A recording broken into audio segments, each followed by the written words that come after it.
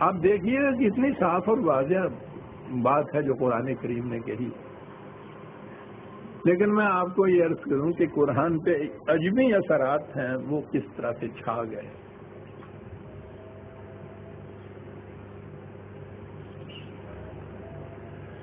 یہ ہمارے ہاں کی یہ جو قرآن کی تفاسیر لکھی گئیں بلکہ تاریخ بھی لکھی گئی یہ عباسیوں کے زمانے میں لکھی گئی.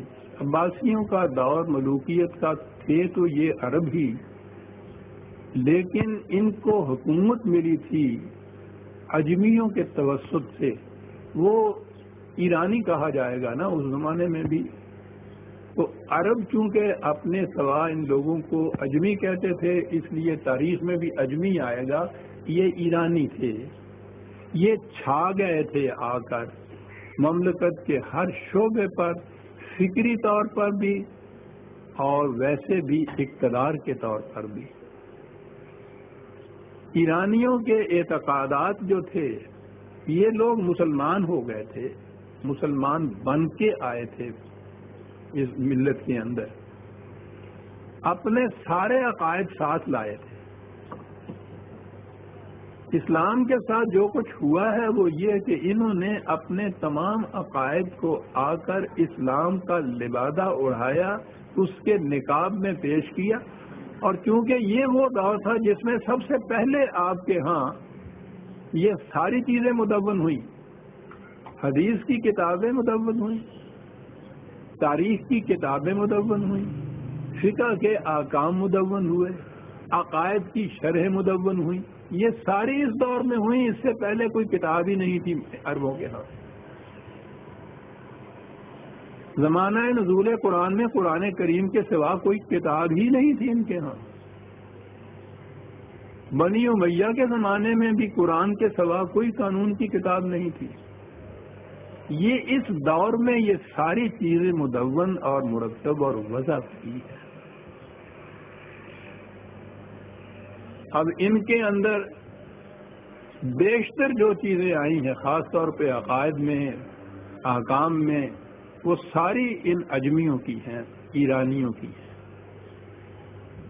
انہیں مذہبی اعتبار سے مجوسی کہا جاتا تھا، میگیز. یہ جنہیں اب پارسی کہتے ہیں نا، بچے کھوٹے جہاں کہیں بیچارے نظر آتے ہیں، تو یہ تو پوچھئے نہیں کہ ان کا مقام کیا تھا اس زمانے میں. یہ مجوسی تھے. بنیادی عقیدہ ان کا تقدیر کا تھا. تقدیر میں جبر کا عقیدہ، ڈٹرمنزم جسے کہتے ہیں کہ سارے معاملات جو ہیں یہ اللہ تعالیٰ پہلے سے طے کر دیتا ہے. یہ طے شدہ ہوتا ہے، اس نے یہ کرنا ہے، اس نے فلاں دن مرنا ہے، فلاں دن بیمار ہونا ہے، فلاں دن صحت ہونی ہے، اس نے غلط کام کرنا ہے، اس نے فلاں برائی کرنی ہے. سب کچھ اللہ تعالیٰ نے پہلے سے طے کیا ہوا ہوتا ہے. وہ یزداں کہتے ہیں اسے. ہم اللہ تعالیٰ تو قرآن کا لفظ سب کہ یہ ساری چیزیں جو ہیں یہ یزداں نے پہلے سے طے کی ہوئی ہیں ہر انسان کے متعلق. اسے عقیدہ تقدیر کہتے ہیں. حالانکہ تقدیر جو تھا اس میں اگر یہ اس کو قدری کہتے ہیں، دوسرا اس کے مقابلے میں جو عقیدہ تھا وہ قدری کہلاتا ہے کہ نہیں، انسان کو صاحب اختیار و ارادہ پیدا کیا گیا ہے، یہ اپنے اعمال کا خود ذمہ دار ہے، خدا مجبوراً اس سے گناہ نہیں کراتا. یہ ابلیس کا عقیدہ تھا. بہرحال مجوسیوں کا، ایرانیوں کا عقیدہ یہ تھا کہ تمام معاملات پہلے سے خدا کی طرف سے طے شدہ ہوتے ہیں. اس طے شدہ کے لیے ان کا عقیدہ یہ تھا کہ سال میں ایک رات آتی ہے، اس رات کو سال میں ہونے والے سارے واقعات، افراد کے بھی اور اقوام کے بھی، وہ سب واقعات اس رات کو طے ہو جاتے ہیں خدا کی طرف سے. پتہ نہیں آپ لوگوں نے بھی بڑی بوڑھیوں سے سنا ہے یا نہیں کہ وہ بہت بڑا درخت ہوتا ہے، اس رات اس کے نیچے فرشتہ کھڑا ہوتا ہے ایک بہت بڑا تھال لے کر، جس نے مرنا ہوتا ہے سال میں اس کے پتے جھڑ جھڑ کے اس تھال کے اندر گر پڑتے ہیں. تو گویا بنیادی طور پہ اس رات کو آنے والے سال میں جو کچھ ہونا ہوتا ہے، خواہ وہ افراد کے لیے ہو یا اقوام کے لیے، وہ طے ہو جاتا ہے اس رات کو. اب اسلام میں تو کوئی اس قسم کا تصور ہی نہیں تھا طے ہو جانے کا. اگر یہ چیز آ جائے کہ یہ خود خدا کی طرف سے طے شدہ ہوتا ہے کہ اس نے فلاں گناہ کرنا ہے، اس نے فلاں ظلم کرنا ہے، تو پھر تو مکافات عمل، جزا اور سزا، رشد و ہدایت، انبیاء کرام کا سلسلہ، یہ ساری چیزیں باطل قرار پا جاتی ہیں. ان کا فائدہ ہی کچھ نہیں رہتا، وہ تو پہلے سے طے شدہ ہے. نہ ہی یہ شخص ذمہ دار رہتا ہے اپنے کسی عمل کا، وہ تو کرایا ہے خدا نے. نہ ہی پھر جنت اور دوزخ و مقامات عمل کا کوئی فائدہ رہتا ہے کہ وہ جب خود ہی زبردستی کراتا ہے اس سے غلط کام، تو غلط کام کے بعد اسے بھیج دیتا ہے جہنم میں. تو وہ تو پوچھ سکتا ہے نا کہ صاحب میں تو ذمہ دار ہی نہیں تھا، کرایا تو آپ نے اور آپ ہی مجھے جہنم میں بھیج رہے ہیں. تو اسلام میں تو یہ عقیدہ تھا ہی نہیں.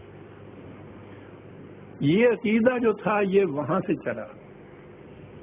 یہ بات لمبی ہو جائے گی، میرا خیال ہے شاید تقدیر کے موضوع پر اس سے پہلے جب بھی باتیں آئی ہیں تو میں نے یہ باتیں بیان کی تھی. ہمارے ہاں یہ چیز قرآن میں ہو ہی نہیں سکتی تھی. یہ قرآن کی بنیاد کے خلاف ہے. قرآن تو مکافات عمل قرار دیتا ہے، ہر شخص کو اس کے عمل کا ذمہ دار قرار دے دیتا ہے. لیکن یہ چیزیں جو تھیں وہ ادھر سے ہیں. اب وہ ایک رات جس میں فیصلہ ہونا ہے سب کچھ، آپ کے ہاں کیسے آئے؟ یہ عباسیوں کے زمانے میں ان کے وزیر بھی اور بڑے بڑے دانشور بھی برامکا کہلاتے تھے. ایران کے مجوسیوں کے ہاں کے معبد جو تھے، ان کے ہاں کے شریعت والے، مذہب والے، ان کے ہاں بڑے بڑے عہدوں پہ لوگ جو تھے یہ تھے برامکا. یہ مسلمان ہوئے اور یہ آئے اور یہ عباسیوں کے زمانے میں انہوں نے اتنا عروج حاصل کیا کہ گویا سلطنت کی زمام اور لگام ان کے ہی ہاتھ میں تھی، اور تمام عقائد، نظریات، خیالات سارے ان لوگوں نے پھیلائے یہاں آنے کے بعد. اب وہ جو رات وہاں اپنے ہاں مناتے تھے جس میں یہ سارے فیصلے ہونے تھے، وہ رات آپ کے ہاں بھی انٹروڈیوس ہوئی، وہ جسے آپ شب برات کہتے ہیں.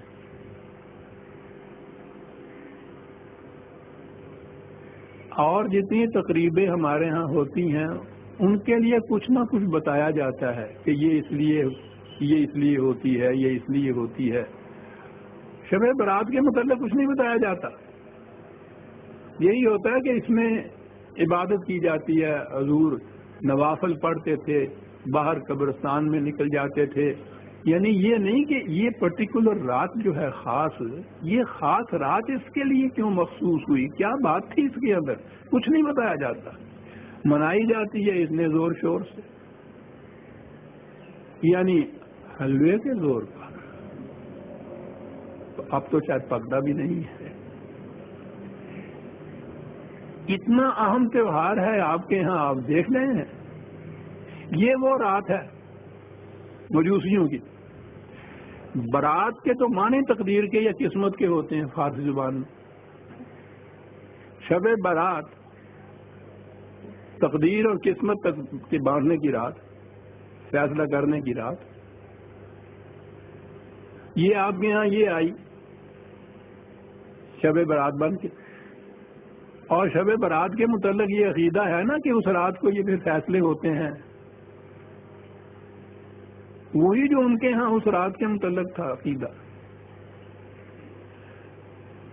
اب یہ عقیدہ بھی آ گیا، شب برات بھی آ گئی آپ کے ہاں.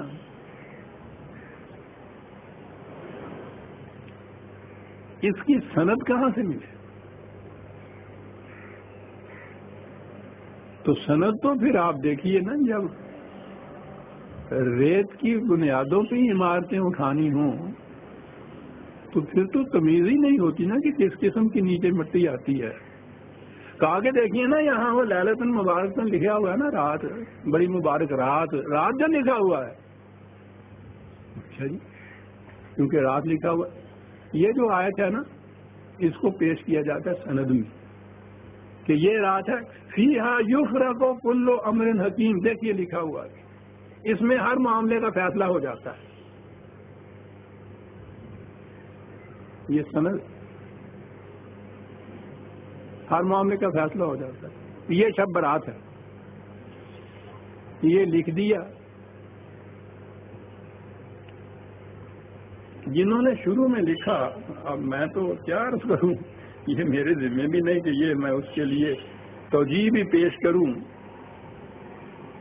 انا انزلناہ فی لیلۃ، یہ جو تھا ٹکڑا کہ ہم نے نازل کیا قرآن کو اس رات میں، یہ سامنے پڑا ہوا ہے. اب شب برات تو آتی ہے شعبان میں. قرآن کے متعلق قرآن کریم میں ہے شہر رمضان الذی انزل فیہ القرآن، رمضان کے مہینے میں قرآن کے نزول کی ابتدا ہوئی، تو یہ تو رمضان میں ہونی تھی. پہلوں نے لکھا اور یہ جو تھا انا انزلناہ ذہن نہیں گیا یا کیا ہوا، پتہ نہیں کیا ہوا. کہا یہی کہ صاحب یہ دیکھیے نا، یہ ہے وہ رات شب رات کی. بعد میں آ کے کسی نے اعتراض کیا، جن کو پھر مرتد قرار دیا گیا، کہ صاحب یہ شعبان میں کیسے آ جائے گی یہ رات؟ نازل کیا قرآن کو اس رات میں، لیلۃ القدر جسے کہا گیا، قرآن میں ہے کہ وہ رمضان کے مہینے کی رات ہے. یہ شعبان کے مہینے کی رات میں آپ بتا رہے ہیں، یہ کیسے ہوا؟ یہ آپ لوگوں کے سمجھ کی بات نہیں ہے، بہت اونچی بات ہے اصل میں. اچھا جی، ذرا زور سے سمجھا دیجیے، لاؤڈ اسپیکر اونچا کر لیں گے ہم تھوڑا. کیسے؟ کہنے لگے کہ یہ جو ہے نا شبرات کی رات، شعبان کی، اس میں قرآن شریف عرش معلیٰ سے پہلے آسمان پہ نازل ہوا. 6000 سال ہے کہ رمضان میں پھر پہلے آسمان سے زمین پہ اترا. لیکن دیکھیں نا دونوں باتیں پوری ہوگی کہ نہیں. یہ اعتراض کرنے والے جو ہیں ان کی تو گردن ٹیڑھی، یوں ہو گیا معاملہ. عرش عظیم سے پہلے آسمان پر شعبان میں اس رات کو، اور پہلے آسمان سے زمین پہ رمضان کی رات کو. دونوں باتیں قرآن سے ثابت. غور فرمایا کہ وہ ایک عقیدہ تقدیر جو تھا، اور اس تقدیر کے فیصلے کرنے کی رات جو تھی، وہ رات نوروز کی جو مجوسیوں کی رات تھی، وہ رات برامکا نے آپ کے ہاں انٹروڈیوس کی برات، یہ شب برات جسے کہتے ہیں. مجوسی آتش پرست تھے نا، یہ جو آتش بازی چلاتے ہیں نا، یہ اسی سنت کی پیروی ہے آگ کی. وہ یہ چیز وہ آگے، اب یہ سند جو تھی اس کی، یہ ان کے علماء کرام کے ذمہ رہی، اور سند آ گئی قرآن سے کہ یہ ہے وہ چیز، قرآن نازل ہوا اس رات کو. اور پھر یہ جب اعتراض ہوا تو جواب دے دیا گیا کہ وہ نازل ہوا عرش عظیم سے آسمان اول پہ، اور اس کے بعد رمضان میں نازل ہوا آسمان اول سے اس زمین پر جو کچھ بھی ہوا.